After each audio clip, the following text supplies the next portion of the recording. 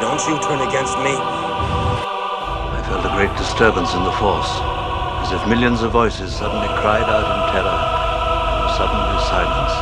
You're not with me, then you're my enemy. You turned her against me! You have done that yourself. Release your anger. Only your hatred can destroy me. I hate you! Bring balance to the Force, not leave it in darkness! You were the chosen one! Welcome to Who Shot First, a Star Wars controversy podcast. This is Alex. I'm Sarah. And I'm your other host, Ethan.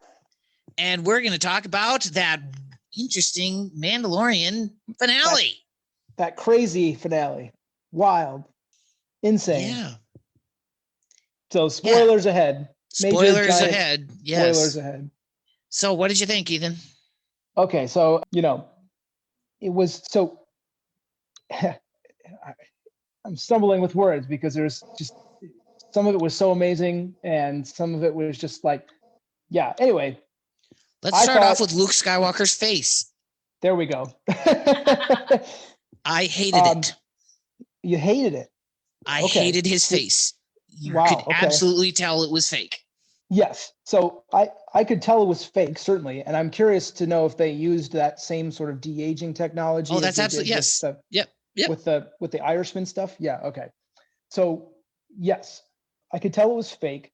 I thought, however, it wasn't as awful as you're describing.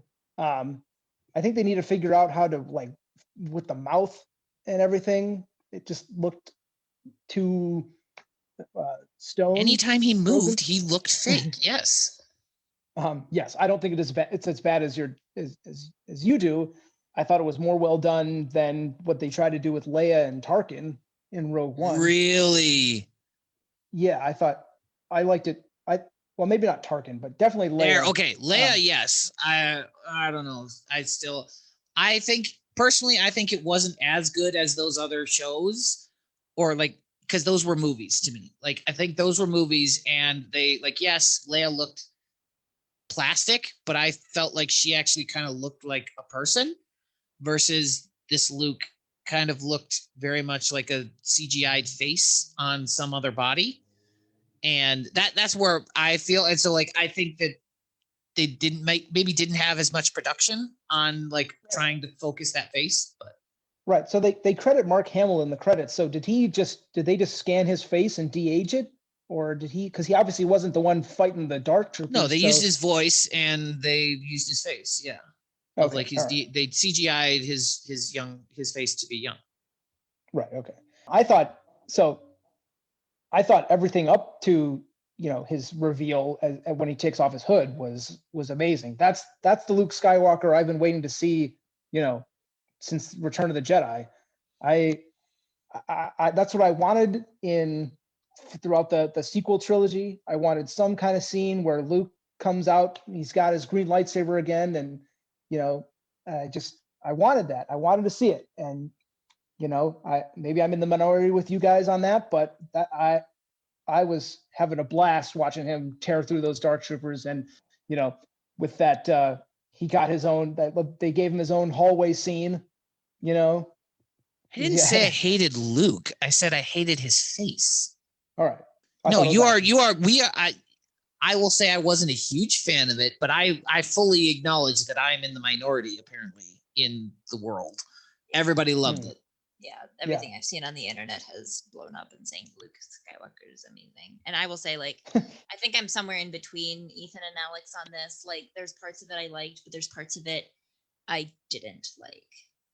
And when I say I didn't like it, it's more of like, I thought it was really cool that Luke Skywalker and was doing all this awesomeness. But then I also go, like, this is going to divide the fandom, because now everybody's going to be like, this is the Skywalker we wanted. And now Last Jedi means nothing, because that's not the Luke Skywalker we know. Yeah. And I guess I'll say it for all those fans out there that, like, to me, both Luke's, it's not inconsistent. So I think this Luke is still consistent with both what we've seen in Return of the Jedi and The Last Jedi, because after the events. So what? Mandalorian takes place 5 years after Return of the Jedi. So I think they did a good job of capturing. Oh, sorry, I think it's technically 6, but maybe is it 5? Sorry, maybe I have that wrong. I think it's 6. I probably rounded. So let's say 6. Yeah. But again, Okay, so in our timeline of between Return of the Jedi and Force Awakens, we're closer to Return of the Jedi. Yes. And so I think they did a pretty good job of capturing Luke's mindset and personality of who he was around the time of Return of the Jedi. But that still leaves 20, 30 years of growing to do between the events of The Mandalorian and The Last Jedi. And I think it's compatible because we grow and change. And I think Luke in Mandalorian is still of the mindset, like he's still that starry-eyed dreaming moisture farmer. And when we see him in Last Jedi, like he's had some really hard knocks and he's learned that it's not just as easy as waving his laser sword. I agree with that completely. Nothing terrible has happened to him yet that would make him change his philosophy. I agree. I'm very much on that board. But I say I'm on that board, and I agree that they are compatible, but that's where I was not, I don't know what I would say frustrated, but I'm like, I see wherever the toxicity of Star Wars fandom's gonna go with it. I was gonna, not to interrupt you, but I mean, it's like we were kind of scrolling through YouTube this morning, just kind of casually seeing what was out there, and there was the one about like how like Jon Favreau and Dave Filoni are giving us what we wanted and Kathleen Kennedy's crap and all of that stuff. And I don't agree with any of that, but it's just, it further sows that those hateful thoughts that some fans carry. Correct. So yes. So when I say I don't like that he was there, it's more on like, I thought it was cool what he was doing and stuff like that. But I'm just like, this is now where we're going to have the toxic fandom go, this is the Jedi, this is the Star Wars we wanted, fire Kathleen Kennedy, she's terrible, and Jon Favreau and Dave Filoni understand what it is to be a Star Wars fan. And I'm like, that's not, no. Yep, I agree with that. I thought, thinking about it more, I suppose it could have been other people to show up to collect Grogu besides Luke. I don't think it was right. I mean, people, as soon as, people said, you need to bring him to a Jedi, everybody thought Luke. But then I saw people thought maybe it would be like Cal Kestis from the tie video in game. with, tie in from the video game.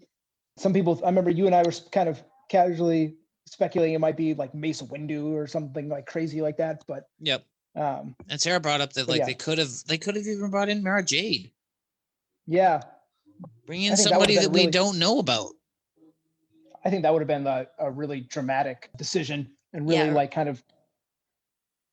would have been totally awesome and out of nowhere. And I think that would have also made lots of Star Wars fans go crazy. Yeah, I think this season finale kind of broke the internet in a way, but I think if she were the Jedi to have come, it would have completely broken the internet. I don't remember. At least for that demographic who knows the legends. Yes. Yeah. You're going to have a whole bunch of people confused or just like, oh, this is a really cool Jedi coming in to save the day. And then you have a whole bunch of people that are like, oh my gosh, I can't believe she's back and all of that. Yeah. I don't remember which podcast I was listening to, but there are other Mandalorian reactions. And, we've had several different people this season that we've seen in other places in Star Wars. Bo-Katan, Boba Fett, Ahsoka Tano, and Fennec, thank you. And there's some being concerned about like Mandalorian just kind of turning into the cameo of the week show. And they, brought up the point of like, well, would you get the same story if you swapped out, say, Ahsoka Tano with any other Jedi?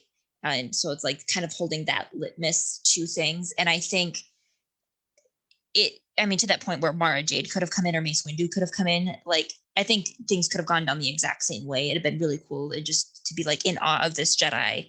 And I mean, even if it's someone completely new that we've never seen anywhere in canon before, and that's something that Disney goes and backfills in later. Like, so let's say we get I don't know, John Smith the Jedi, like just pulling random name out here. John Smith the Jedi comes in and saves the day. And so then like everyone's wondering who that is. To me, that tees up a really great potential for him to come into other movies or TV shows or books or comics or what have you. Yep. Nope. I agree.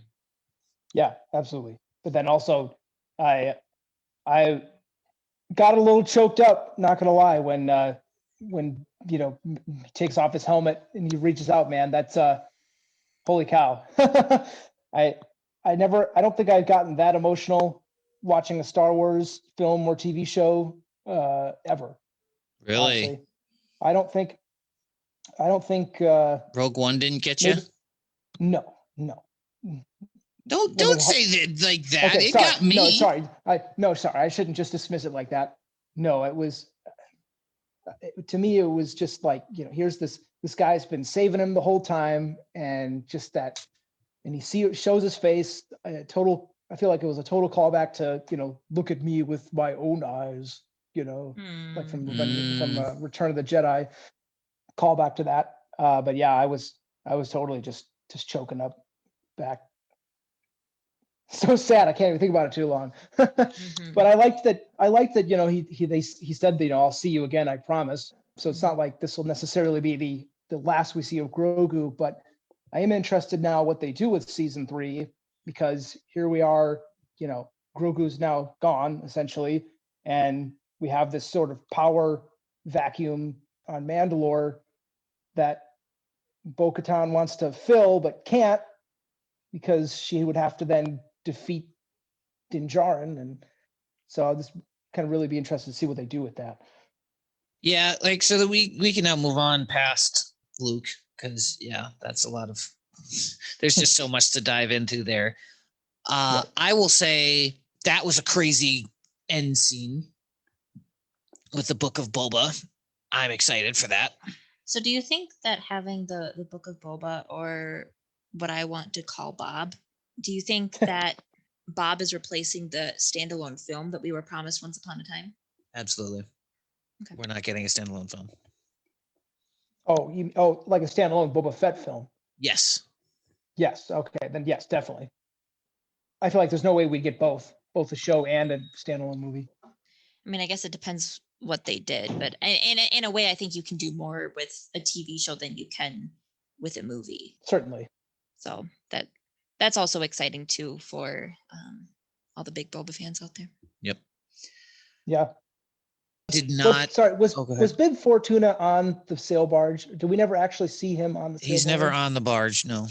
Okay, all right. Because somebody was like, he's on the barge.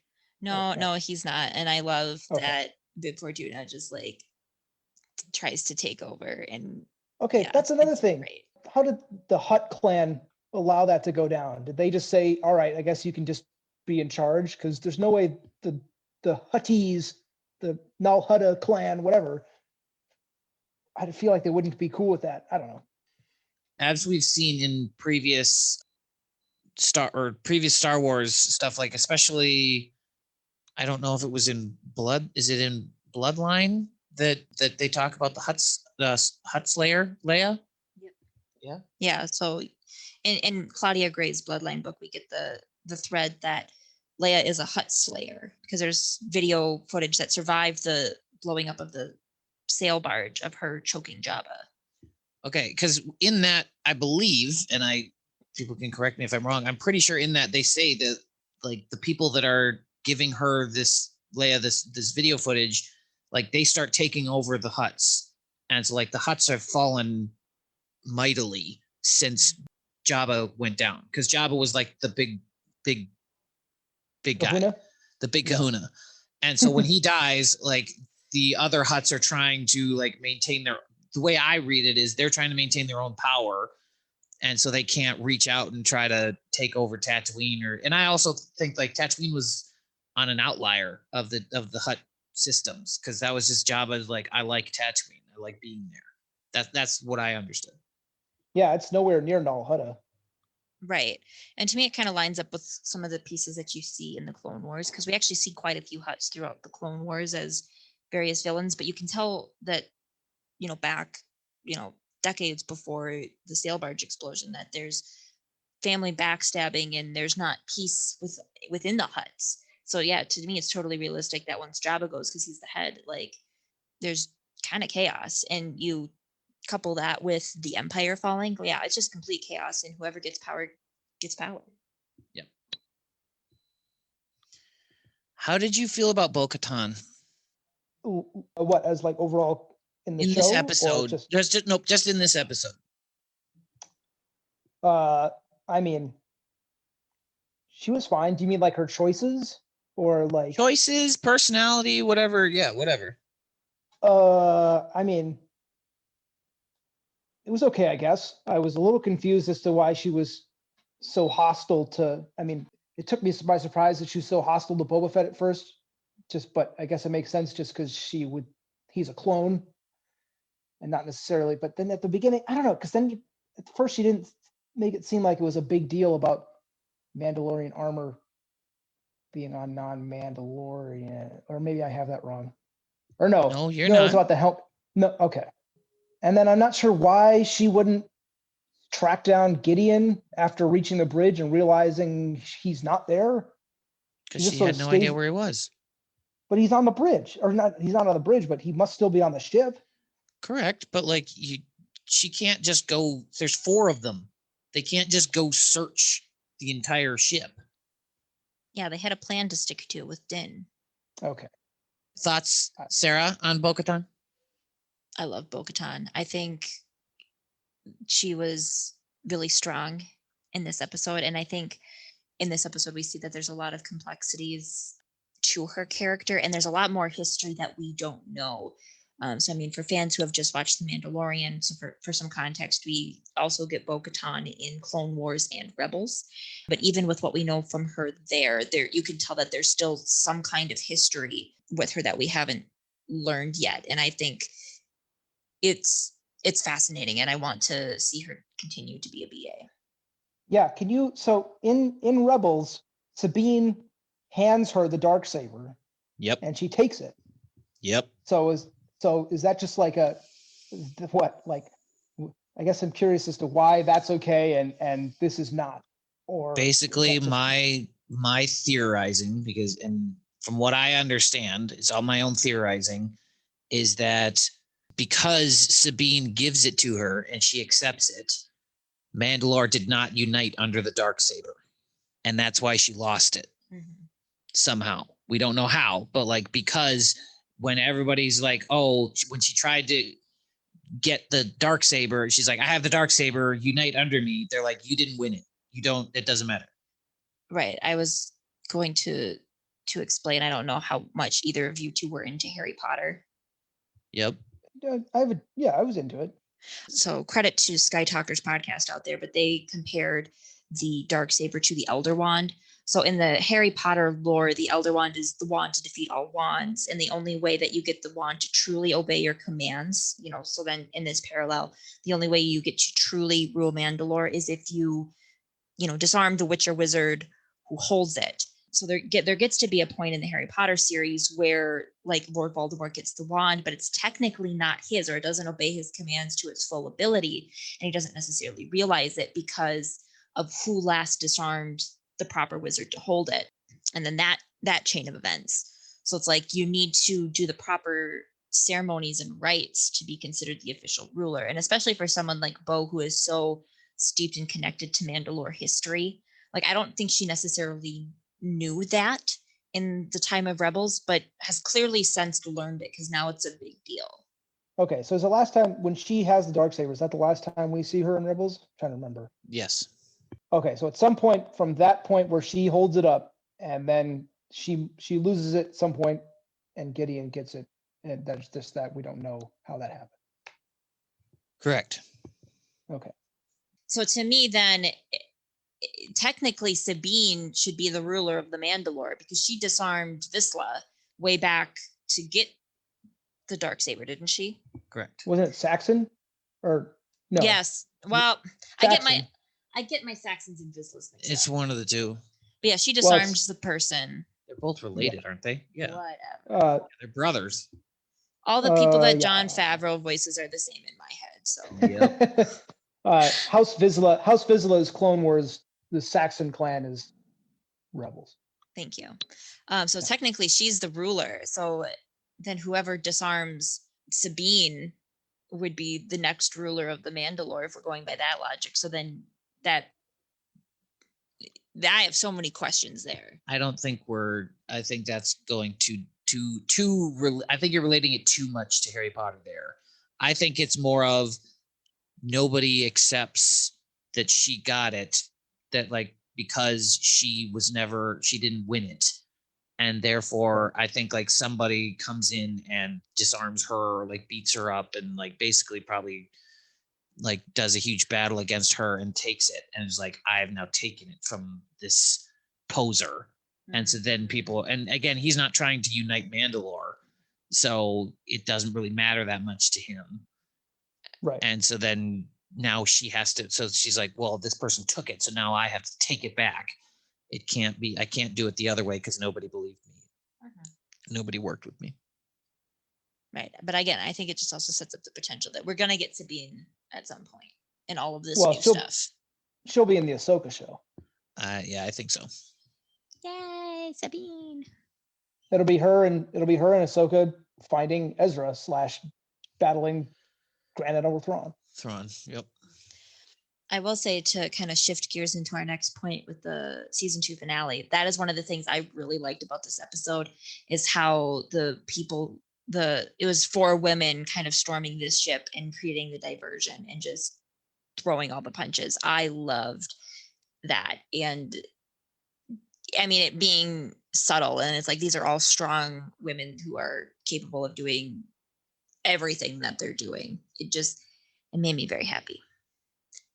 And I do recognize that Cara Dune is controversial, and I do acknowledge that, but from a straight female squad perspective, it was exciting to see. Yeah, I was going to bring that up of like, I like that it was 4 strong women, but I'm sad of what has happened with the Cara Dune character to take me out of that piece of, and because it's not really the character itself, it's the person. And so you have to try to, in that scene, you have to do your best to disassociate the two. But yes, no, yeah, it's disappointing. Yep, I agree. Absolutely. I liked the subtlety of it. I will say one of the things I didn't like about this episode is how everyone on the ship died. I'm like, this is a lot of death that's happening on this ship. And they're kind of being terrorists right now. To the comment at the beginning of the episode that we had to kill Alderaan to stop the terrorists. Yep. Played up to that stereotype. Well, and right, they made some comment about how this shuttle or this light cruiser is supposed to have like way more people on it too, but for some reason was like, it's on a skeleton crew because the Empire's dying. Right. And that makes me think too, just like if because that one light cruiser had a bunch of hangars and fighters, it just makes me think about the scale of giant Star Destroyers. Anyway, yes, they were definitely they killed everybody, and I was thinking about that actually as they were just going around just shooting everybody. It's the guy at the beginning wasn't necessarily wrong. Well, they're not the Alliance, so they're not the Alliance. They're not the terrorists. Yeah, Cara Dune's technically a marshal now, though. She's still asking for money, though. I think that's a nice long episode. Thanks, our longest reaction yet, which is great because it is our final reaction, right, for at least another year. So I want to ask the question then before we depart. Of the 2 seasons we have, which is your favorite season, or your preference of the 2, season 1 or season 2? I think I had more fun watching season 2, but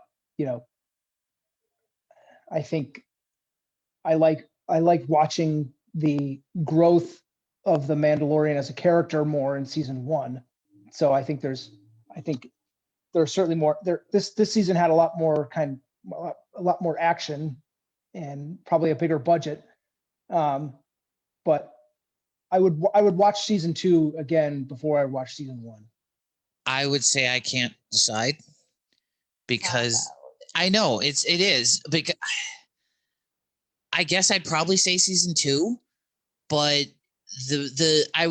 that's the tough thing, because I would say like season 1 had a lot of problems, I think, but it had some good pieces too that were good, but like there was just a lot of filler episodes. But like I like the overall plot, I think, of season 1 better, but it was just there was a ton of filler episodes in there that I didn't like.